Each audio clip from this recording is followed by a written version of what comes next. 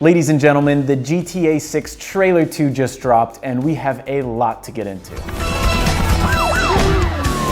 Hey, if you got friends, can you hook me up, please? A lot of people here at GameSpot have gone through the trailer painstakingly and pulled out a bunch of small details that they noticed. You can see that the main character's facial hair changes a ton throughout the trailer. My guess is that we're gonna see something similar that we saw in Red Dead Redemption 2, where over time Jason's beard grows, his hair grows longer. I imagine there'll be something similar with Lucia. We'll see things like weight gain that we saw in Red Dead Redemption or GTA San Andreas, you know, if you really wanna go back there. 12 seconds in, we get a line. I'm just fixing some leaks. Could be overthinking it, but it does seem like kind of a reference to all the GTA 6 leaks that happened couple years ago and how that kind of led into the first trailer. 15 seconds in, we're introduced to a character named Brian Heder. We know that because on the Rockstar website, it gives some details on him. It kind of sounds like Stephen Root from Barry. We're not certain on this, but Stephen Root was born in Florida, and in the first trailer, they use that Tom Petty song. Tom Petty's from Florida. Makes sense. Seems like they're trying to do as many Florida callbacks, references as they can do. There is a rumor going around on Reddit that Jason's voice actor sounds like Jonah Scott. Jonah Scott played Aiden in Dying Light 2.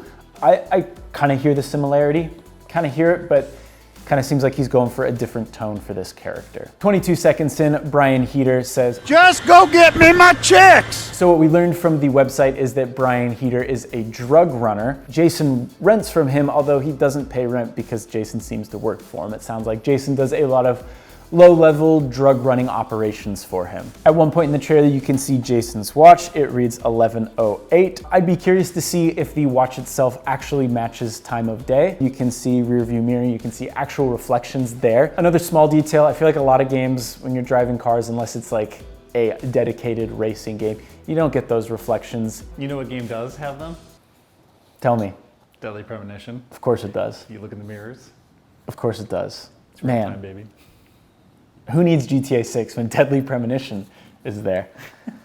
It's got everything we could possibly want. At 35 seconds in, we see a POV shot from inside the car. I think is worth pointing out is that everything in this trailer was captured on a PS5. So I imagine a lot of these scenes were likely taken from cutscenes, or maybe things were specially animated for this trailer. That said, knowing Rockstar and knowing their track record, I imagine this is going to be very close to how the game looks when it comes out. However, this POV shot is kind of cool because it could mean that GTA 6 will launch with first-person mode. Now, for those who may not remember, GTA 5 did not launch with a first-person mode. It wasn't until 2014 when they did a re-release, I think for the Xbox One and PS4, where they added a first-person mode that you could toggle to. Red Dead Redemption launched with it, so it seems likely that GTA 6 also will. 42 seconds in, there's a bodega cat. That's important. At 1:30, we see a character named Cal Hampton. Seems to be voiced by Bobby Moynihan. I don't know who that is. Do you know who that is? Why? No. Should I?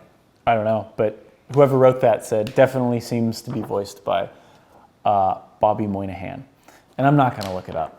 PS5 look-alike next to the TV and a DualSense style controller on the table. So it's looking like Sony will have a marketing deal with this game, but it's still coming to Xbox. What it's not coming to though, PC. They're gonna launch this game on May 26, 2026 for PlayStation 5 and Xbox Series S and X. 2 years later, it'll come to PC.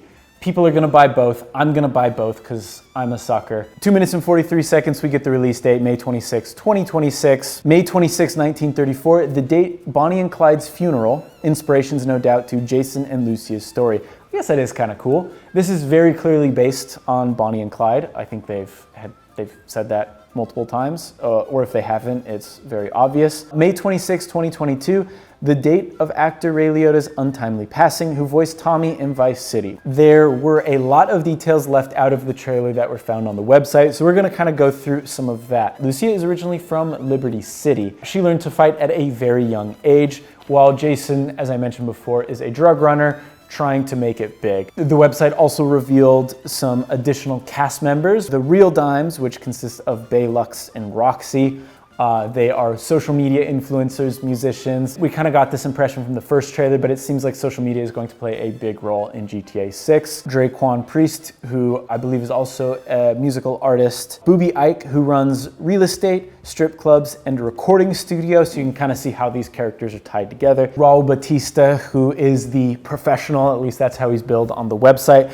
and it kind of seems like he will end up being sort of the main character's mentor, at least when it comes to bank robbing. I imagine the main characters will be interacting with them in order to pick up different missions. I imagine they'll be calling you a lot as you kind of get to know them.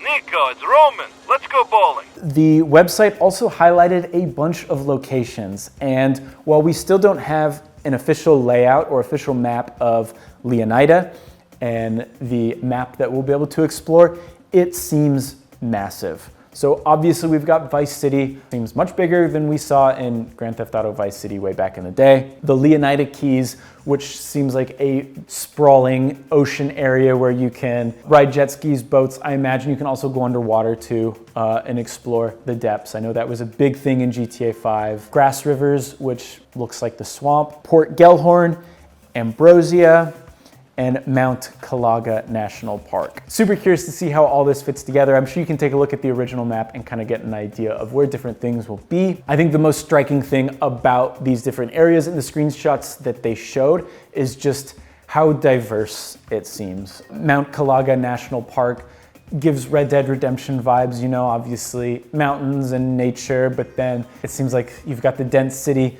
a ton of interiors likely that you'll be able to explore. I think that's still kind of a question that I have that I know a lot of people are curious when it comes to GTA is like, how many buildings can I go inside? There's that dream of like, can I go in every single building? I kind of doubt that will be the case, just putting that out there, just because the amount of art and work that probably goes into that is absurd, especially given how big Vice City seems to be. That's about all the info we gathered from our staff, but there's plenty of stuff that I'm sure we didn't catch, so feel free to leave that in the comments below. And for more GTA 6 news, stay tuned to GameSpot.